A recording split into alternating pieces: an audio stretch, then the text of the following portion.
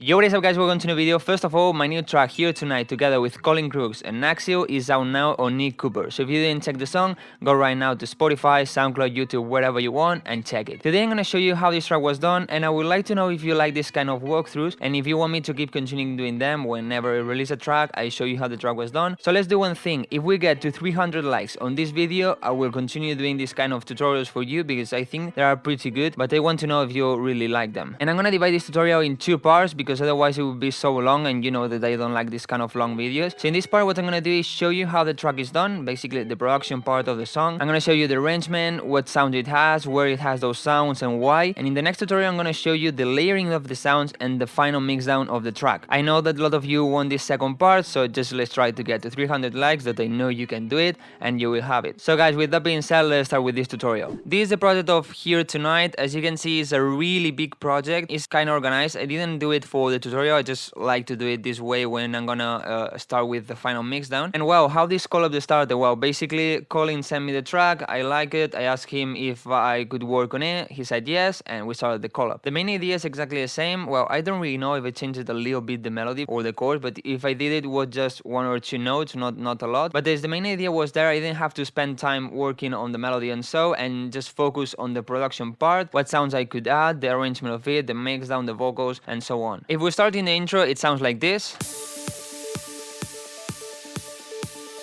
As you can hear, it doesn't have a lot of things, and it should be like this because when you're playing live, this first part of the intro is when you're introducing the song. So if you have a lot of things here, probably it's gonna be hard to mix it live. So first we have the kick, but with this filter. So this way we make sure that there is no low end, so it's gonna be easier to mix live. And then in the second part of the intro, we delete this EQ, so it has all the sub. On the drums, we just have some rides. And then in the second part is where we put all the drums. We have here some claps. Here I decided to layer some shakers with this hat and with all the shakers. So this way I make sure my shakers are unique. And this tom. But if you come back to the first part of the intro, you can hear this arpeggio. And as you can see, it has a filter. And then here it doesn't have it. And it's because of the reason I told you before. This way it's gonna be a lot easier to mix live. Apart from this, we just have a bit of ambient sounds, this reverb plug and this string. These effects that, as you can see here, is called drop effects because are the effects that are in the drop. So I just put them here. And then just some downlifter and so. And to go from this first part of the intro to the second part of it, what I decided to put in the middle is these snares, because this way, you know, we don't lose the rhythm, because in this part there are no kick or drums. And we also have this ambient sound that, as you can see here, is used later in the track. Then when we start the second part of the intro here, as you can see, this is muted and this is delayed, because what I did is just leave here only the kick, so this way it sounds a bit different. But also what I decided to put is this slide note that you can see here. It is basically a hover, but as you can see here is rising, so I think it created a really cool effect here. So that's why I left only the kick and this slide note. Then here in the second part I put the chords, the bass line. That actually this bass line is so huge, as you can see it's 6 layers of bass line, and also this sub. That, as you can see, has a lot of notes, and it's because we have 2 sub bass, as you can see here. And if you want to know why I have 6 layers for the bass line and 2 layers of the sub, you know what to do. Just 300 likes and I will do the next part of this tutorial and I will explain all of this. And also, as you can see here, the sub bass here has 2 notes, and it's because this note was so low and it didn't have that much strength, and this one was so high but has the presence. So what I decided to do is put both, so this way we have the presence of this one, but we have the warmth of this one. Then we come to the breakdown and it starts like this.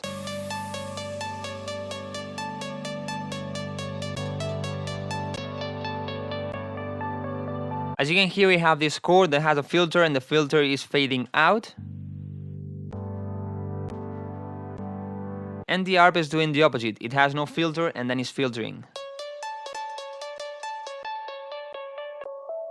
Actually, in the end result of the song, this part is cut to half, so it's only 4 bars because we thought it was too long, and maybe for Spotify it would be a bit boring, because if we start the song with 8 bars of just an arp and a sustained chord, people could get bored. So this way, if it's only 4 bars, it's not that boring. Also, as you can see, there are a lot of ambient sounds. So first we have this real plug, then we have this sound.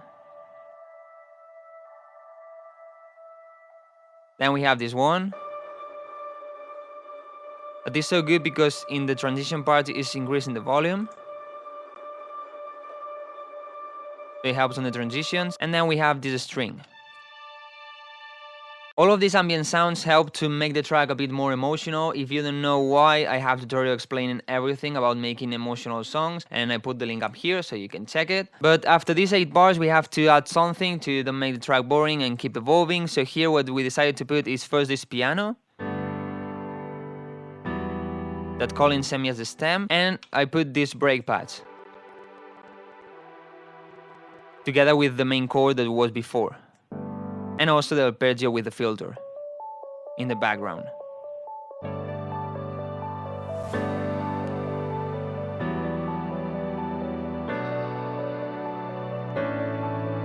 But again, after 8 bars, we have to add something else to don't make it boring. So here what we decided to put is first this bass guitar.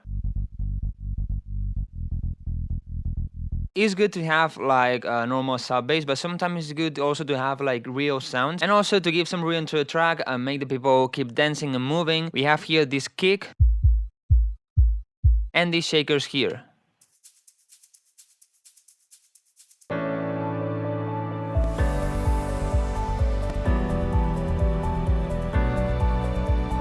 But then what we decided to do here is take out the rhythm we just added here. And I know it sounds weird, but sometimes it can make it sound really cool before the build-up that is here. So it's like the track keeps evolving all the time, you keep adding sounds, here you add the rhythm, but then it's like, woof.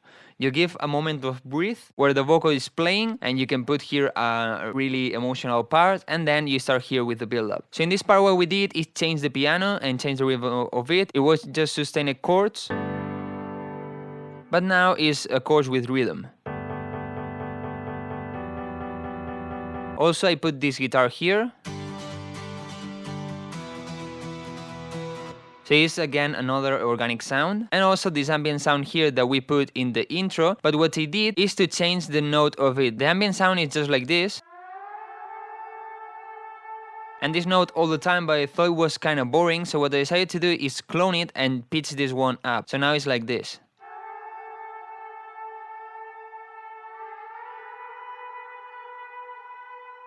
Also, to don't lose completely the rhythm of it, we decided to put some claps, but natural claps, like stadium claps, like people was clapping. And this one in reverse.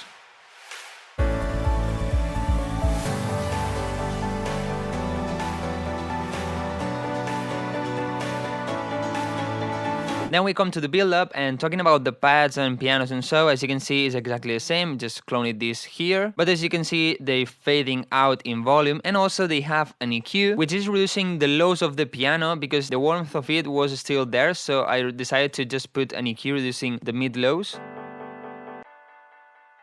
So this way it gets thinner and thinner. Also, I forgot to say that the arpeggio was all the time opening the filter. So this way it gives like a feeling of rising, and then here in the build-up, of course, is filtering again. Also, as you can see, the ambient sounds has a filter where it's happening the same, is reducing the mid-lows. I decided to bring back the kick for the build-up because I like a lot to have a kick on the build-up. It gives a lot of warmth to it and gives a lot of body to the snares, but of course it's filtering out. And here we have the snares that, as you can see, it has a lot of layers. We have this main snare that is cloned here, but reduced in volume, doing like a delay effect. We have this trap snare here that I rendered it, and it sounds like this.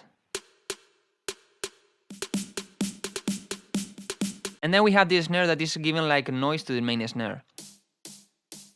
So them all together sound like this.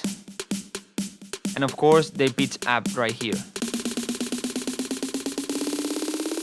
And as you can see, we don't have a full bar of pre-drop. We just have one beat, and in this beat we have pride snare. On the build-up, we also introduced the leads. These two automations, what they're doing is increasing the decay of the reverb and increasing the volume of the reverb. So this way it feels like the leads are far away from you and they coming closer to you. We have this filter, and then we have just the volume that is reducing, because as we are filtering out, the volume is like increasing a little bit. And as we didn't have the melody in the entire breakdown, what I decided to do is in this part, when the leads start, make them really easy to hear, because most of the time what I would do in the filter is just do it like this. So in this part, you cannot hear the leads, or basically cannot hear it. But this way, filtering it a bit less is gonna help to make the listener hear really fast the melody with the leads. And also I decided to put the drop chords and also with more reverb with the filter. Of course, we have some downlifters, and before the downlifter, we have some uplifters to make the transition be better. And then we have some risers.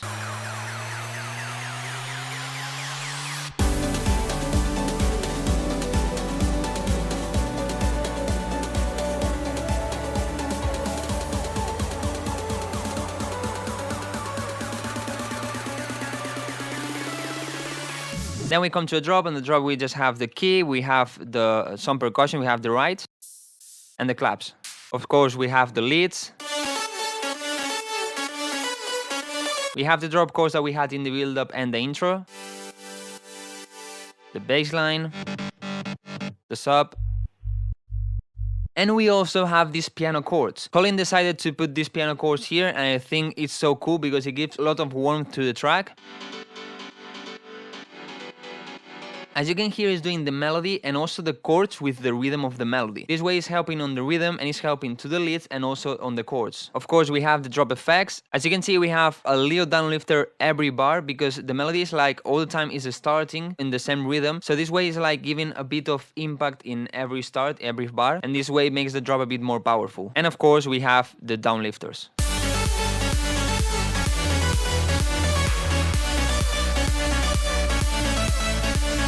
Then in the middle of the drop, I did a lot of things. First, I filtered the leads this way.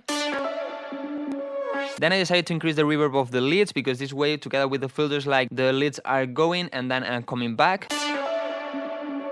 And to give some rhythm to it and add a bit more ear candy, I decided to put this gross beat doing a gate effect.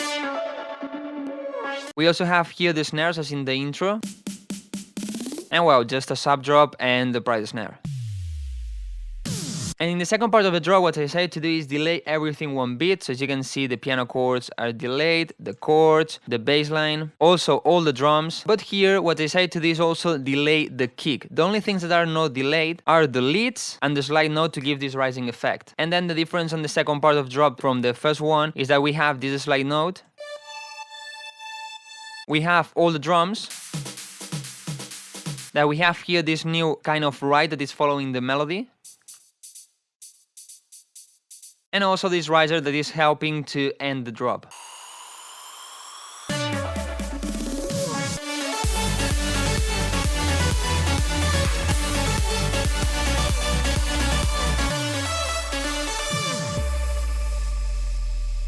As you could probably hear, there is like a tremolo effect, and this is just the reverb of the leads. What I decided to do here is just increase the decay of the reverb of the leads and also increase the volume of it. And then I have this Panomatic, which is an FL stock plugin, and what it's gonna do is make it go left and right, and with these two automations here, I'm increasing the amount of the panning and also the speed of it. And this way you create kind of unique and cool transition to the breakdown. Then the second breakdown is more or less exactly as the first one, at least the sound it has, but the arrangement of them is different. So if we don't think on the first part of the first breakdown that has this sustained chord, when the breakdown starts, we have the piano, we have the chord, the pads, and the arp. Now when we start, we have the piano, the chords, the pads, and we don't have the arp, but we have the bass guitar. Also, as you can see here, we start directly with the kick, and the ambience effects are exactly the same. So this way the second breakdown doesn't start exactly the same as the first one, and as we have the key, we're not gonna stop the rhythm of it and the people is gonna keep dancing. But as always, after 8 bars we have to add something else. So what we decided to put after 8 bars are the shakers that we had in the first breakdown, and we also put the guitar.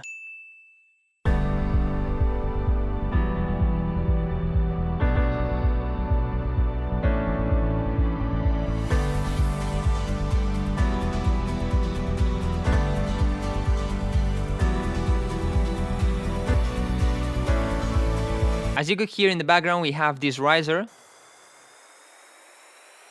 Because again, what we're gonna do is change a little bit the track and we're gonna take out the kick. But before, in the first breakdown, here is where we took out the kick, and what we decided to put is the new piano, that we did the same here, and we decided to put the guitar. But as we already have the guitar, what I decided to put is the arp, because we didn't have the arp in the entire breakdown. So now it's a bit different, the arrangement. But also, what I decided to do is put these drums, that are like orchestral drums.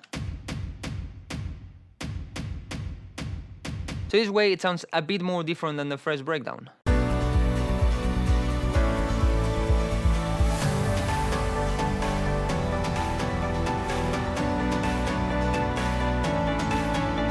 Then the second build-up is more or less the same. We keep the half of the build-up, the drums we had in this breakdown. We have again the kick, we have the same snares, we have again the ambient sound, we have the leads, we have the chords, the same downlifters, the same risers. But to give a bit more strength to this build-up and make the second drop seem like it's more powerful, I decided to put 2 more risers. But what, in my opinion, is giving all the strength on this second build-up is first that we filter everything a bit more. So we reduce it a bit more the lows, we decreased a bit more the volume of the pads, pianos and so. But what he did is repeat the first chord all the time in the second part of the build-up. So instead of having all the time these chords,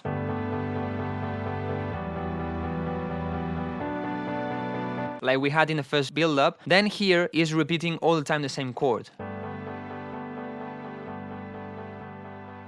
And this way we create a lot of tension, but we're doing the same also in the arp. And also in the drop chords. And in the leads we're doing more or less the same, but the thing is that we changed a little bit the melody because I thought it was cooler this way. Instead of repeating this all the time, as the rhythm is the same, what I decided to do is this.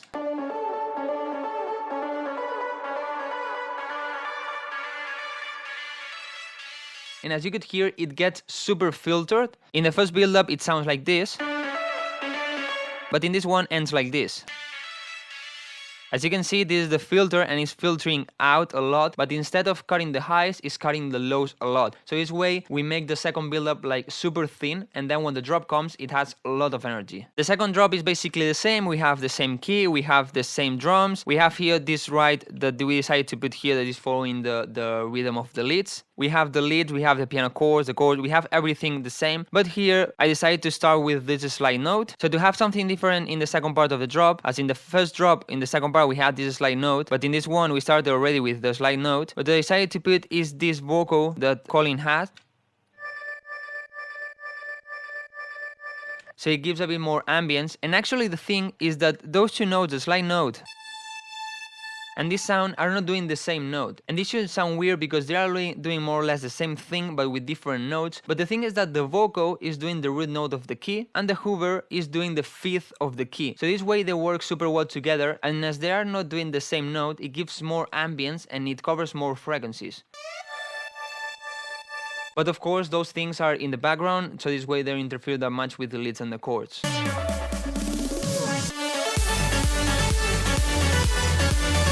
Then finally we have here the outro, and it's like the intro but in the opposite way. So in the intro we had the kick with a filter and then without the filter. So here we had the kick without a filter and then with the filter. Then here first we have all the drums and then only the rides, the opposite way as in the intro. We have here the arp without a filter and then we're filtering out. We have the chords and the bass line, but then in the second part of the outro we don't have them. So to help with this transition, what I'm doing here is filtering the chords and the bass line, and then the effects and so are exactly the same. So well guys, this is how Here Tonight was produced. This is the arrangement of it, the sound it has, where those sounds are playing, where not, and especially why. But to know, you all want to know how is the layering down of the leads, of the chords, the bass line, why I have 2 subs and all of that. And also you want to know more or less about the final mixdown, how to do it. So I said in the beginning of this tutorial, let's try to get to 300 likes and I will make the second part showing you all of that. And of course, if you have any questions about this track, just leave them down below in the comments. I reply to all of your comments. And also don't forget to listen to the song on Spotify, on YouTube,